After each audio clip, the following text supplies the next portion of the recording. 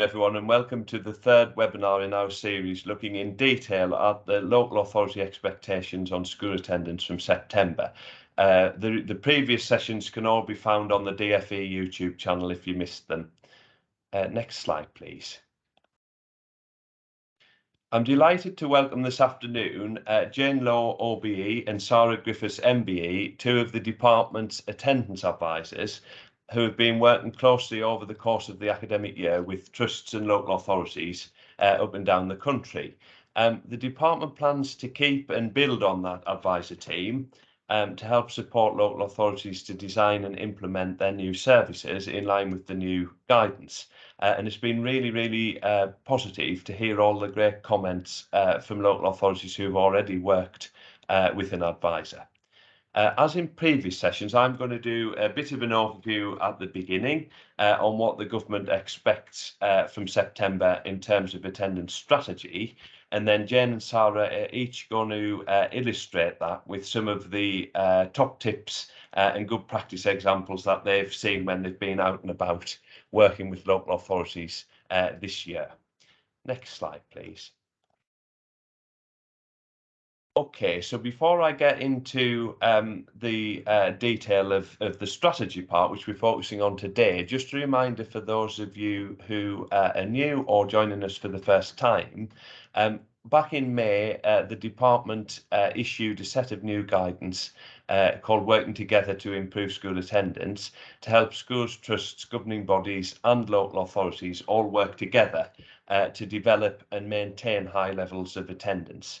And the point, if people remember the consultation earlier in the year, was to improve the consistency of support that parents get and pupils get when they experience attendance issues, no matter where in the country they live.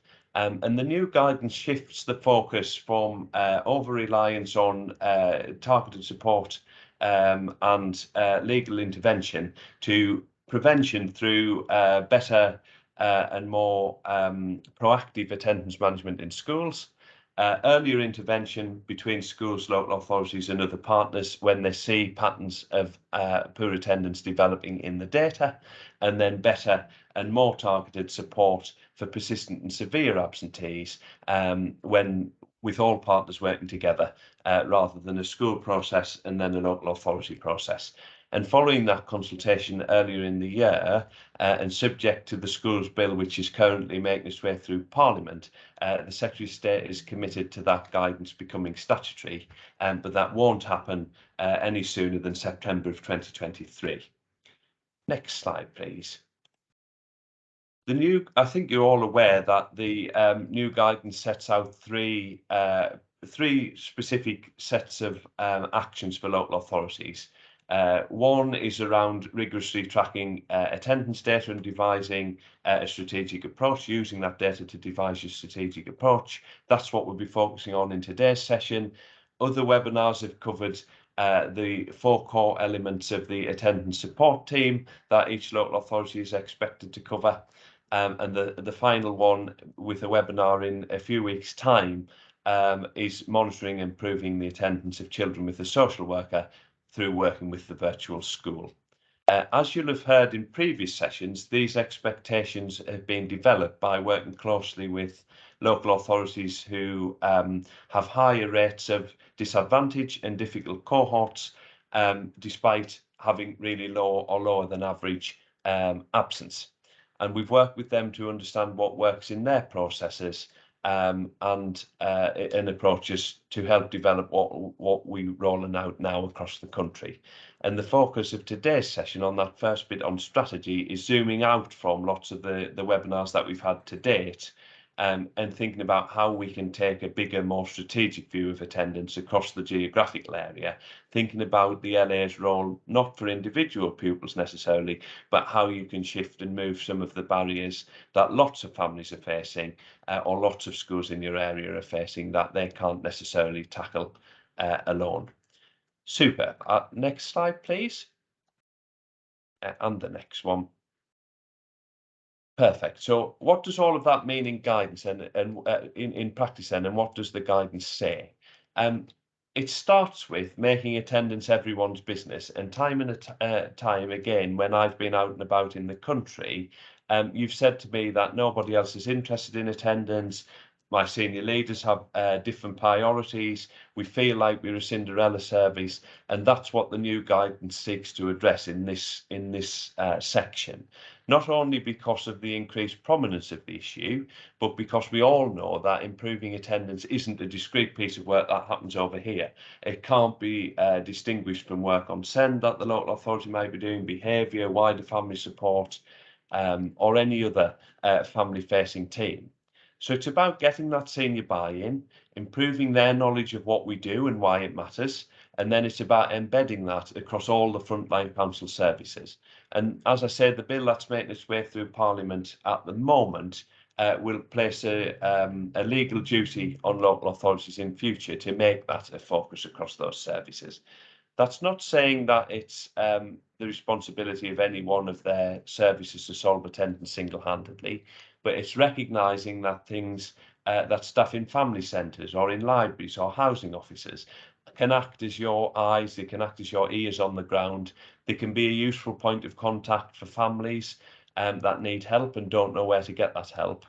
And that it helps in breaking down the barrier between finding it comfortable to speak to a service or not, if they can speak to somebody in a more convenient and more and less threatening setting. That doesn't change your role as attendance leads and attendance experts.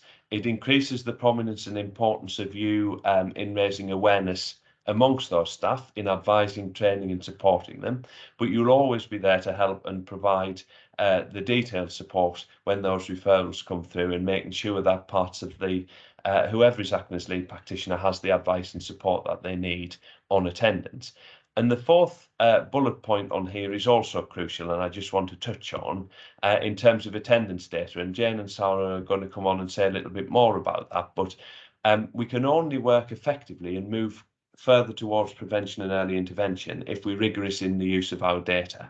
And so it's really, really important, and that came out in the informal and formal consultation exercises, that there needs to be better data. And so, as you know, the department is trialling near live collection of data from schools, playing that back to local authorities, and every local authority will have access to that data by the end of June.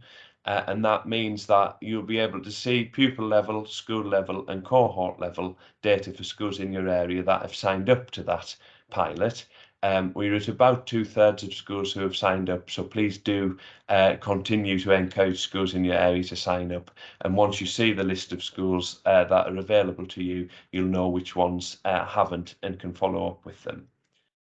That data is important to the work that we've been touching on in previous sessions, but it's also important for the strategic approach, and in fact it's integral to the strategic approach, deciding where to focus your efforts, where to put the resources that you've got, which cohort, which localities to look at. And for example, one large urban authority that I've been speaking to recently recognised a trend through looking at its data that its primary absence was where the problem was, and therefore it focused the small team that it had on primary. Another larger shire county uses theirs to rag rate the attendance of their schools and then tailor the amount of time and support they get from the service to their 3 tiers.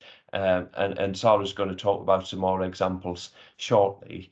The last 2 bullet points are also crucial, and it's about raising the profile of attendance in your local authority. We know it requires senior buy-in. We know that they have lots of things on their plate, but it's important to keep reminding them so that senior leaders, both at officer level and lead member level, understand and are involved in designing, evaluating, discussing the approach and the strategy that you put in place, so that they feel a sense of ownership of that, and also to make sure that you've got the resource that you need and that they've made the right resource available and have put the right join-ups in place across the organisation.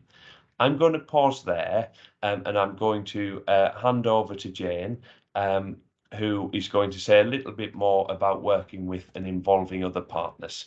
Thanks, Jane. Oh, you're on mute, Jane. Sorry, you're on mute. Good afternoon, everybody. Thanks for joining or viewing the webinar. Could you put on the next slide for me, please? Great. I want to talk to you about two key things, really. And the first of those is around partners in schools. You'll see from the slide there just a few of the partners that you'll already be working with, and some of those that might be you might begin to be forming a deeper or stronger relationship with as a result of the guidance.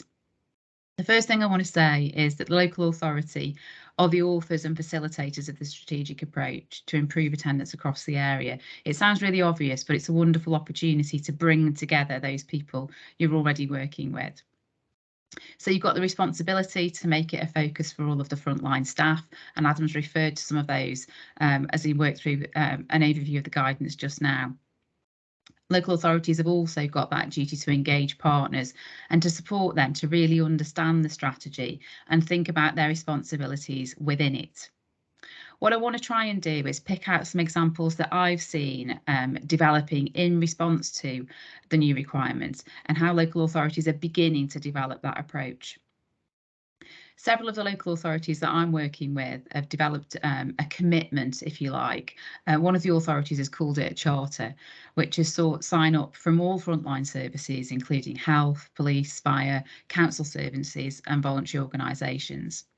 What they've done now, they have sign up because obviously everybody wants all of the children to be in school all the time. There's no arguments there. It's really now unpicking the detail of how do I demonstrate or show that commitment and what does it mean for my work each day. So in that authority, for example, hospital staff are thinking through the conversations that they will have when booking appointments to avoid school day appointment setting. But equally, some of the health practitioners within the hospital are now planning for clinics within schools so that children and families can access that support and service they need online at school to avoid any absence at all or any interruption to schooling. So really thinking through the logistics is a really important part of this. Within that local authority, police officers are thinking through the conversations that they might have with families they come across in town in the middle of the day when they should be at school, and they're thinking through how they'll approach that and how they'll talk to parents. You'll already have existing relationships with the partners with which you work. We're not starting from a blank page here. And you'll already have consultation and meeting structures where you work with those people, and you could also use to reach out around the new requirements and think about how those groups come together and collaborate and provide a useful vehicle for your work. So we're not starting from ground zero. You will have structures in place. And I think it's important to say now that we capitalise on the meetings and structures that already exist, so we don't simply create another layer. We make the best of what we have. We know that you'll need to establish or extend existing networks to introduce new groups. Many of the authorities that I've spoken with have thought about a real shift around independent schools, for example. The relationship is there, but they recognise that relationship's going to have to grow and look quite different based on the new requirements. Some of the authorities that I'm working with are working through that relationship with independent schools and beginning to map out the work they're going to have to do with those settings, for example, before they bring them into existing networks. And they recognise that there is a piece of educating, bringing them up to speed, finding out what those settings do to establish a baseline in order to bring them into those networks in a supported way, so they're ready to access and engage in those networks in a meaningful way. Equally, they need to get to know the independent sector better and find out what it is that they're doing and the offer that they have around attendance and supporting families. Logistically, a number of the authorities that I'm working with have already begun to map out the meetings and, if you like, the capacity that's going to need to meet with those schools to have that termly conversation. And they've done some of those rough estimations to work out how that's going to work, when it's going to work, and the people it will take.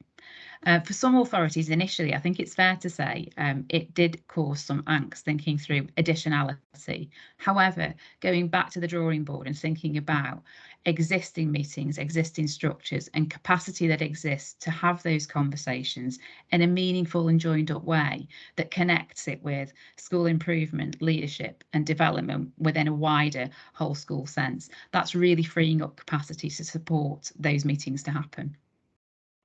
Authorities equally have welcomed the opportunity to open the door into academies and independence, some for the first time, but reopening in others around the focus on attendance. So having these meetings is a real opportunity, and schools are really welcoming that too. Again, as I've said, it's not a blank page. Some of those meetings are already there, and capitalising on what's there is really important. What you will need to consider when you do it is to consider the audience and the agenda to make sure best use of time and people is used at those meetings to ensure that we're meeting the new requirements. You have an overview of schools and what's happening, and equally that caseload of children that sits beneath. And the organisation of those meetings will be key to make sure that that time is used efficiently and effectively. Can you move me on to the next slide, please? Great. Okay, so a bit of an illustration here to try and show how we might support children to be in school. I'm hoping the diagram suggests what it suggests in my head, which is partners wrapping around the school or putting schools at the centre of their work. It's important for everyone to reflect on how attendance features in their work, and I've just alluded to some examples on the previous slide. Not only do people have to consider what they can do to support children to be in school, which might be providing services to get them there or to support them to be there more of the time, but it also might mean reflecting on and adjusting processes and procedures. The examples I gave there around the hospital and appointments show shifting the way in which people work to make sure that children are in the right place at the right time, which is always school, or shifting procedures to make sure parents are freed up and feel comfortable and confident to get children into school. Another example, in Camden, they've done a lot of work training social workers on the contributions they make. Every single social worker in that borough has now been trained on how they can promote and support positive attendance at school. So through the conversations they now have with families and the assessments they undertake around families, there's a real focus on attendance. It's part of the conversation. It's part of the priority within children's and families' plans to make sure that they can be there. Parents and families are supported to really focus on positive routines to enable children to be there on time, ready to learn all of the time. There's a significant join up in the authorities that I'm working with between early help and social care, and making sure that they share procedures and efficiencies to put together assessments, but also to support families around those core routines to make sure attendance is prioritised. As local authorities, each of you are local with a local context and a local set of characteristics, and considering those area-based issues is going to be a really important part of the strategy.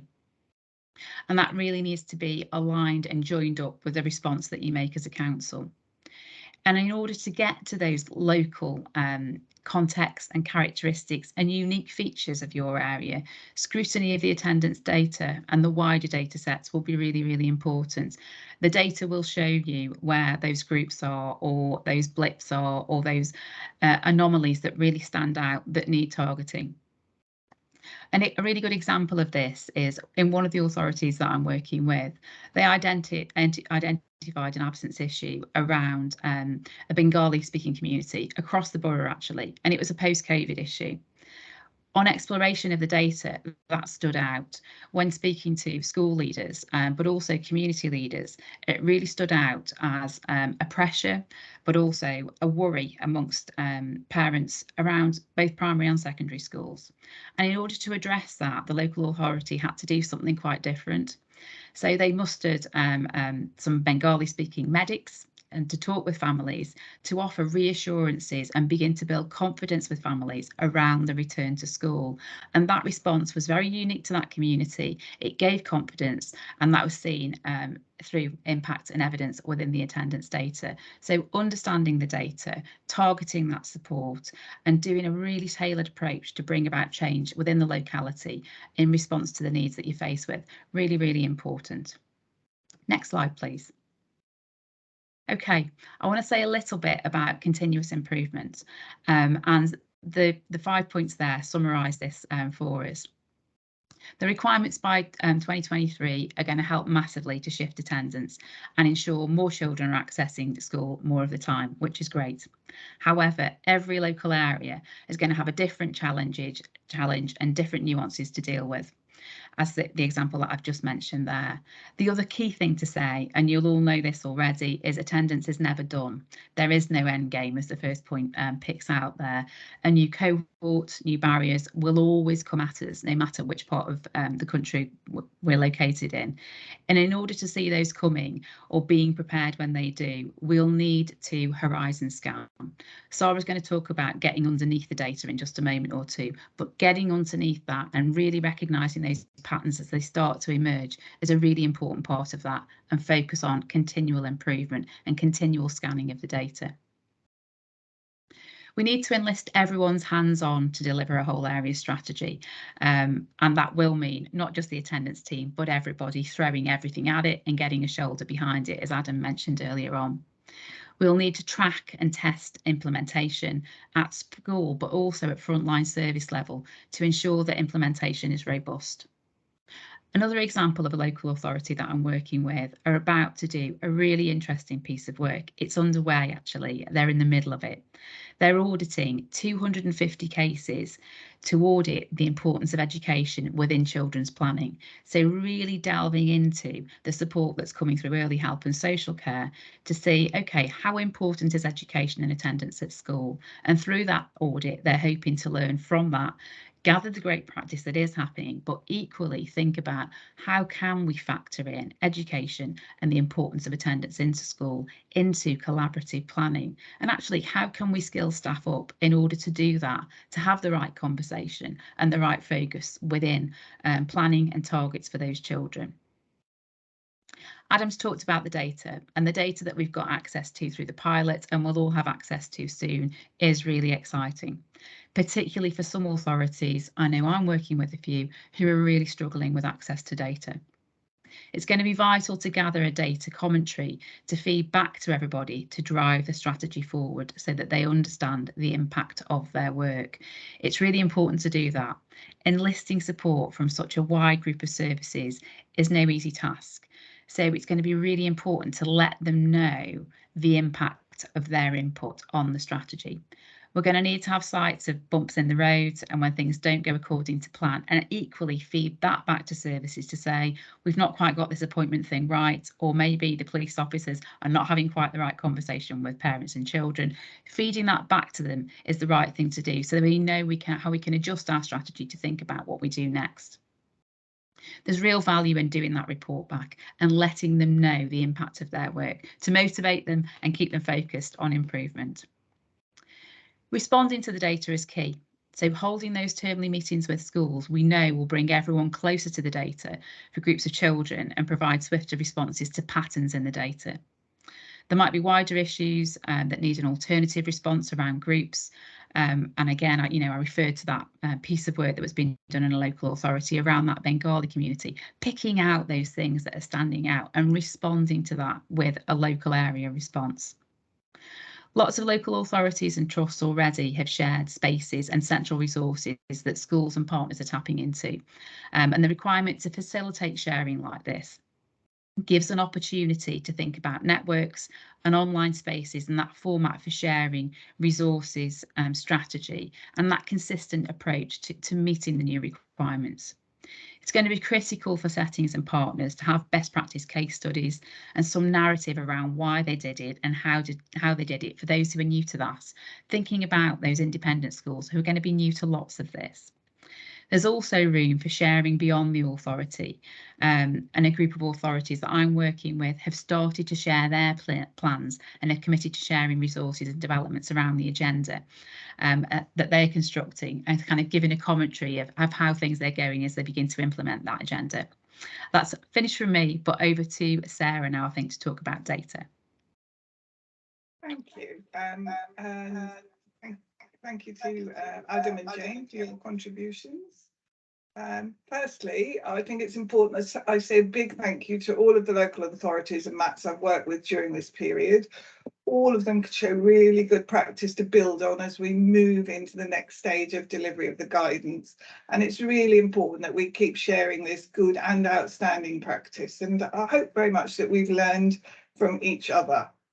The other thing that's important to note is that taking a strategic approach is not the same as having a strategy in place. Could we go on to the next slide, please, Marcus? Thank you. We know that developing a truly multi-agency strategy with good sign up and which is backed by good action plan takes time, but this shouldn't stop us taking a strategic approach as we start to develop this work. So if you're in a local authority that doesn't yet have an attendance strategy for your local authority, you can of course continue to work strategically while that is developed and embed that work that you're already doing within that strategy. What we do know, and Adam and Jane have both already touched on this, is that sign up to any strategy must happen at the highest level in the local authority. It's not just about education. It's not just about children's services. It's about having attendance as a corporate priority, and that gives it real power within your area.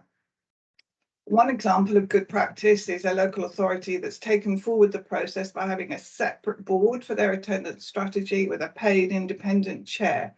The strategy is monitored by that board, which is backed by a clear action plan, and partners are held to account via this board. And it also helps them to find shared solutions to the challenges, some of the things that James already mentioned. There isn't a one size fits all. A small coastal unitary with a mobile population will need a very different type of strategy from a large rural local authority with pockets of significant deprivation, for example. By all means, look at other strategies. They'll promote thinking and perhaps provide a useful structure and ideas, but there is no off-the-shelf strategy. Again, James talked about your context and your individual structure, and it's really important that whatever you draw up fits with that. Next slide, please. So the relationships within the local authority are, of course, crucial themselves as well. What you need to look at is whether every other children's services strategy references the commitment to raise attendance within them. So if you have a separate inclusion strategy, how high a priority is attendance within that?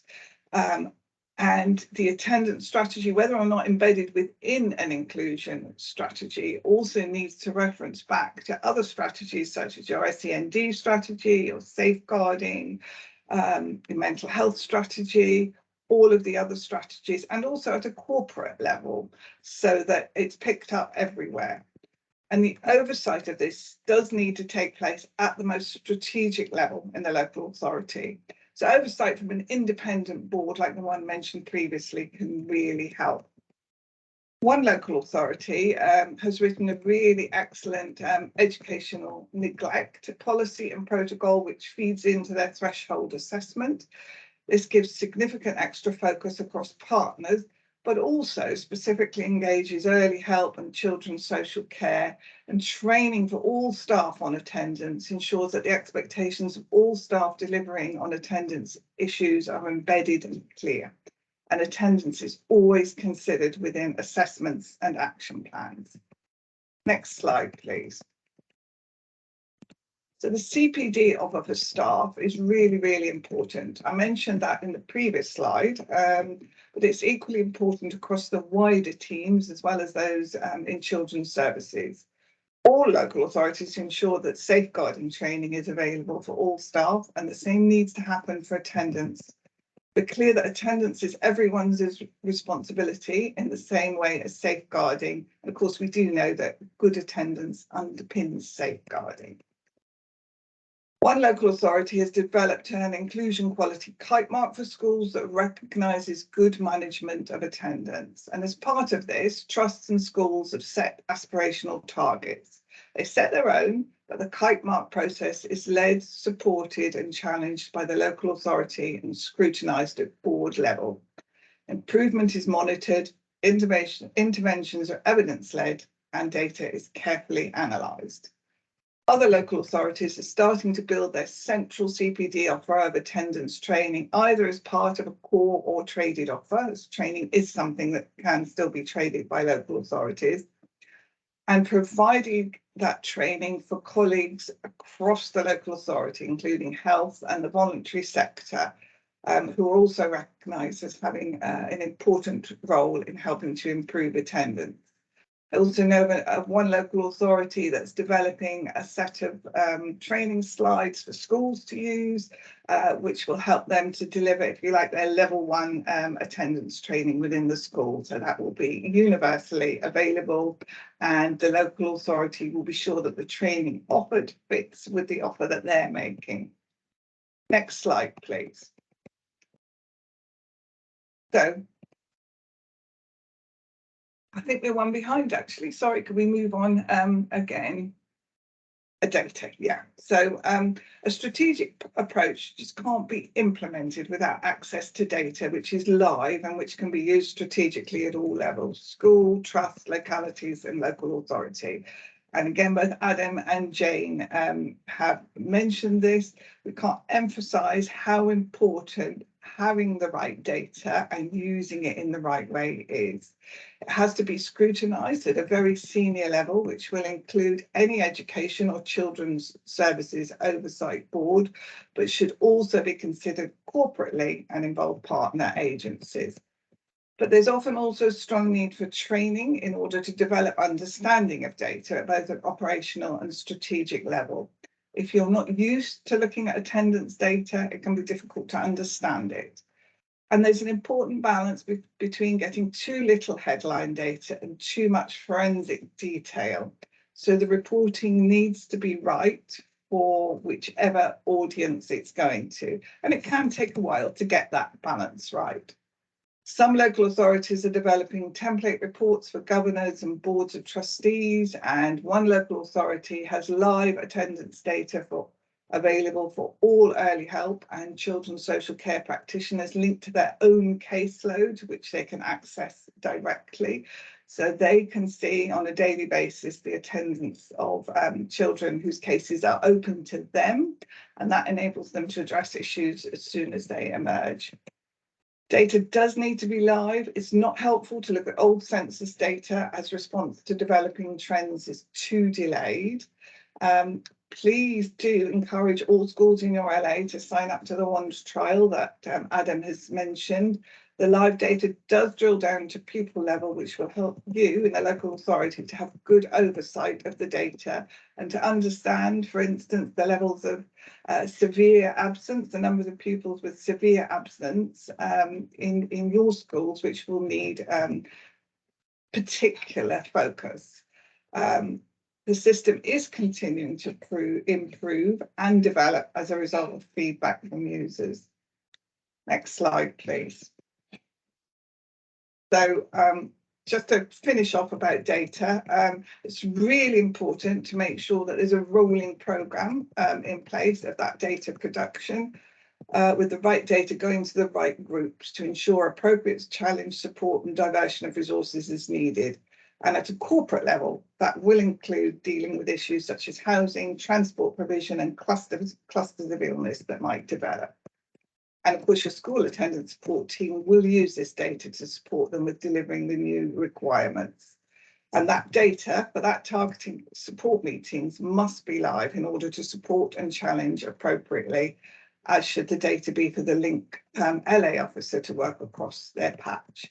It's equally important to delve, to really forensically analyse. For example, if you have high levels of illness, what is that about? Is it physical illness? Are there high levels of anxiety? And that good data availability means that emerging trends can be identified early and supports that collaborative model between neighbouring schools and the local authority. It's incumbent on the local authority to support this programme of data production. And there's some excellent examples of local authorities having gained full agreement to gather attendance data sets for all of their schools and trusts and share this openly. The government digital data strategy says that organisations must make good use of the data they already have Any barriers in place undermine the performance of public services and our economy, risking poorer outcomes for citizens. We need to make sure we're using the data we have well to improve outcomes for our children. So communication. Again, within education and children's services, there are some excellent examples of rolling programmes of communications with schools across their LAs. These include some of the things you can see on this slide, with guidance going out at the start of the academic year as to what the programme will look like, and with dates already in place so that schools and partners can plan ahead and get them in their diary. Networking and sharing best practice is proving very productive. And the next important thing to do is to include our independent schools in this offer.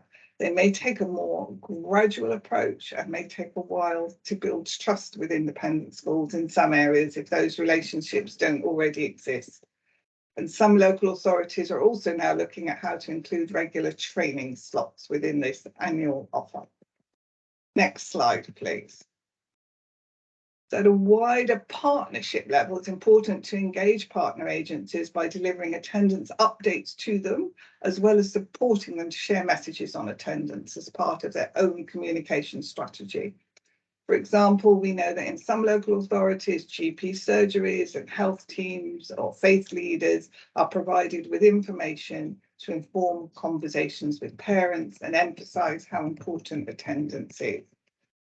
One of the questions perhaps is whether you can get any support from your corporate communication team who may be able to support this kind of rolling programme.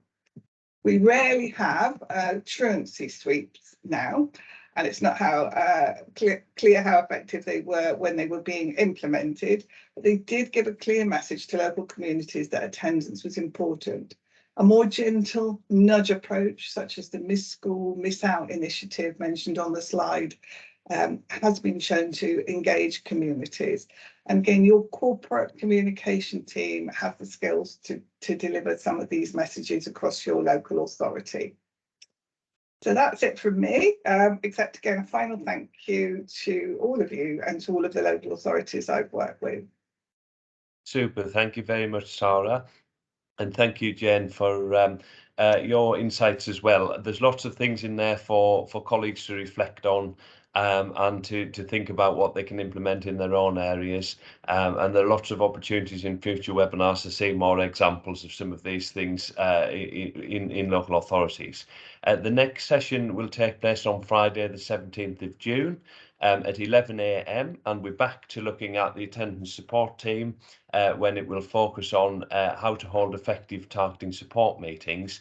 I've invited two speakers along to that at different parts of that journey. Angela Hallam from Stoke-on-Trent, who's going to talk about how those meetings are currently offered as part of the traded model and how they are going to transition them to part of their core offer.